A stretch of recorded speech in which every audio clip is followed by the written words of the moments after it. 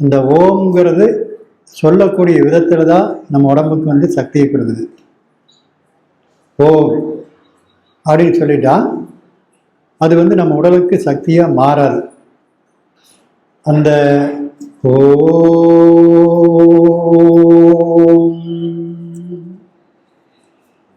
அந்த உச்சரிப்பு வாய் வழியாக உள்ளே போய் வயிற்றில் நிறைஞ்சி மூக்கு வழியாக வெளியே வர வேணும்.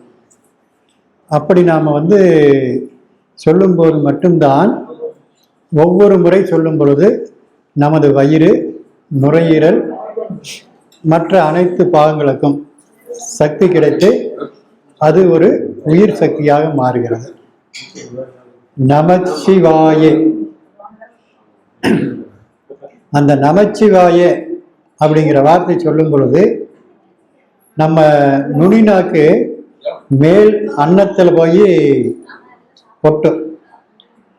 மேல் அன்னம்ங்கிறது வந்து மேல ஆகாயத்திலிருந்து வரக்கூடிய சக்தியை வாங்கி தேக்கி வச்சிருக்கிறது. நுனிநாக்கு இருதயத்துக்கு தேவையான சக்தியை இந்த பிரபஞ்சத்திலிருந்து சேர்த்து தேக்கி வச்சிருக்கக்கூடியது. இருதயத்துக்கு தேவையானது நெருப்பு.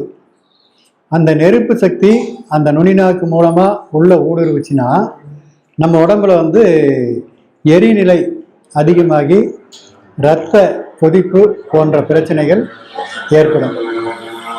அந்த இரத்த கொதிப்பை சமநிலையாக்குவது.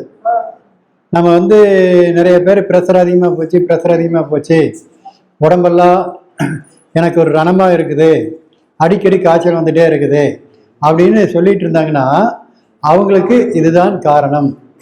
இருதயத்தில் எரியக்கூடிய நெருப்பை கட்டுப்படுத்தக்கூடிய திறன் அவர்களுக்கு இல்லை. அவர்கள் உண்ணும் உணவிலே சரியான விகிதாச்சாரம் இல்லை. அவர்கள் உச்சரிக்கும் வார்த்தையிலே சரியான வார்த்தைகள் இல்லை. ஆகவேதான் இது போன்ற வார்த்தைகளை நாம் பயன்படுத்தும் பொழுது நம்மை அறியாமலேயே, நமக்கு எந்தவித மருந்தும் தேவையில்லாமலேயே நமது உடல் உள்ளம் குளிர்ச்சியடையும். அந்த உடல் உள்ளம் குளிர்ச்சியடையும் பொழுது நம்மை நோய்கள் நெருங்காது. இதனால தான் இந்த ஓம் நமச்சிவாயா என்று சொல்லி தினம் தினம் துதித்து வருகின்றவர்களை எந்த கெட்ட கிரகங்களும் தீண்டாது. சிவனை எண்ணியவர்களுக்கு தீயது நடக்காது. அப்படி அவர்களின் ஜாதக ரீதியாக இருந்தாலும் கூட தலைக்கு வந்தது தலைப்பாகைக்கு யோடு சென்றது போல மாறி அவர்களுக்கு எந்த விதமான பாதிப்பும் ஏற்படாமல் அது தெரியும். ஆனால் அதில் எந்த பாதிப்பும் இருக்காது.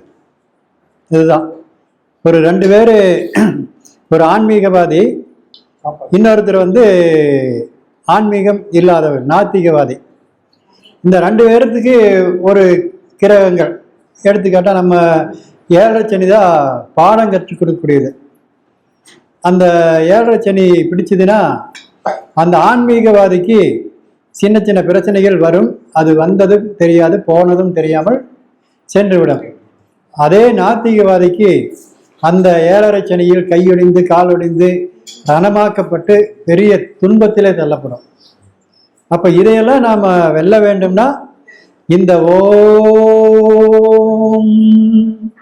நமச்சிவாயே இப்படி ஒரு நாளைக்கு காலையில் ஒரு 5 முறை சொன்னால் கூட போதும்.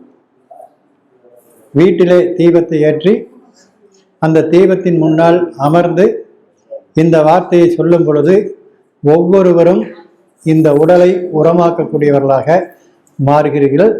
பிரபஞ்ச சக்தியை பெற்று எந்த விதமான தீய சக்திகளும் நம்மை நெருங்காமல் காப்பதற்கான ஒரு அரிய மந்திரம் இதுதான் பஞ்சாஸ்திர மந்திரம். இந்த மந்திரம் தான் உலகின் முதன்மை மந்திரம்ங்கிறாங்க. அப்போ இந்த முதன்மை மந்திரத்தை வந்து இன்னைக்கு நாம் கற்றுட்டா இனி அடுத்த முறை இங்கே வந்து நாமெல்லாம் ஒரு சங்கமம் ஆகும் வரை தினம் தினம் சொல்லி பாருங்க, நம்மளோட வாழ்க்கை பாதை மாறும்.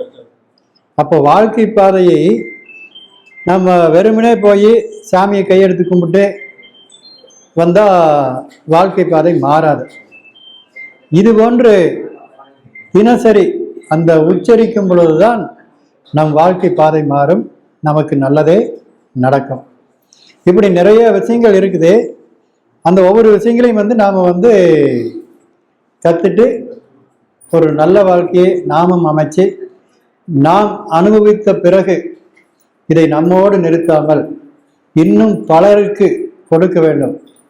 யார் யாரெல்லாம் இறை ஞானத்தை இறை நாமத்தை பரப்புகின்றார்களோ அவர்களுக்கு எந்த விதமான பிரச்சனைகளும் வராது என்பதும் மரபு.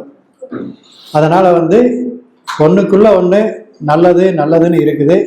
அந்த நல்லதை நாம் தேடி தேடி பிடிச்சி நம்ம வாழ்க்கையை, நம் குடும்ப வாழ்க்கையை, நம் சுற்றத்தார் வாழ்க்கையை உயர்த்த நினைக்கும் பொழுது நம் வாழ்க்கை உயரும் உயரும் உயர்ந்து கொண்டே இருக்கும்.